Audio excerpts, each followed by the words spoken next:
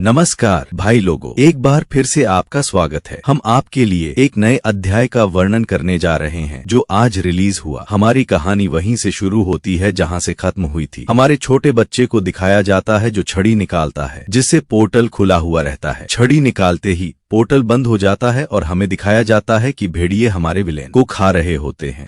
हमारी बहन डर के मारे भागती हुई आती है और अपने भाई के पास आकर कहती है, भाई तुम ठीक तो हो ना? और इतना कहते ही भेड़िए हमारी बहनों और भाई की तरफ देखने लगते हैं। हमारी बहन और भाई दोनों डर जाते हैं और तीनों आते हैं। तभी भेड़िए हमारे तीनों भाई बहनों पर हमला करने के लिए तैयार हो जाते हैं। जब पीछे से आवाज आती है, यह सब मुझे पर छोड़ दो। हमारी बहन देखती है कि ये कौन है और देखती है कि वॉइस कैप्टन है। और तभी उसका भाई कहता है, चलो हमारा मिशन फाइनली पूरा हुआ। और तभी अगले दिन दिखाया जाता है कि हवेली से चिल्लाने की आवाज आ रही होती है। यह क्या हुआ, किसने किया? और हमारा जो दादा रहता है और हमारे बटलर को डांट रहा होता है, जो घुटनों के बल बैठा हुआ है और अपने दादाजी की डांट सुन रहा है। दादाजी का गुस्सा और नाराजगी साफ दिखाई दे रही है, जबकि बटलर अपना सिर झुकाए हुए है और उनकी डांट सहन कर रहा है। ये किसने किया? माफ कर दीजिए मास्टर, हम अपनी ड्यूटी में नाकाम रहे। गुस्से से मास्टर चिल्लाते हैं, झों चिंग डोंग, उसने इतने नाजुक समय पर सब कुछ बर्बाद कर दिया। लेकिन तभी उनका वफादार नौकर कहता है, मास्टर आप शांत हो जाइए, मैं तुरंत इसकी जांच करूंगा और पूरा सच आपको बताऊंगा। मास्टर गहरी सांस लेकर कहते हैं, झों चिंग ने मेरी लियू फैमिली के लिए सब कुछ न्योछावर कर दिया। उसकी वफादारी को मैं कभी नहीं भूलूंगा। हम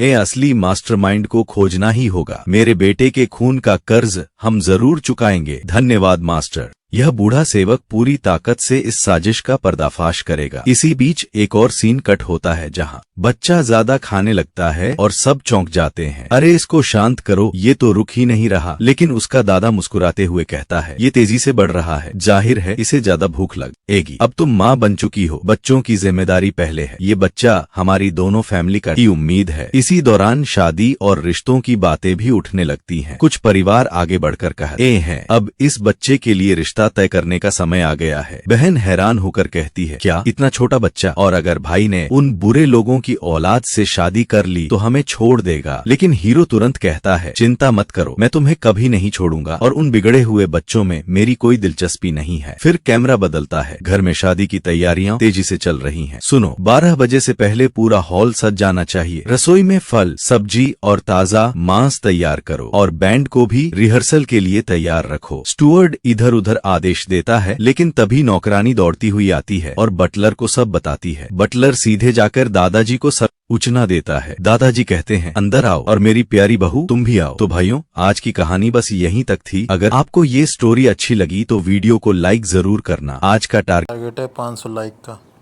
और अगर पूरा हुआ तो हम अगला चैप्टर जल्दी से जल्दी लेकर आएंगे। तो चलिए मिलते हैं अगली वीडियो में। तब तक के लिए शुक्रिया, धन्यवाद, टाटा, बाय बाय।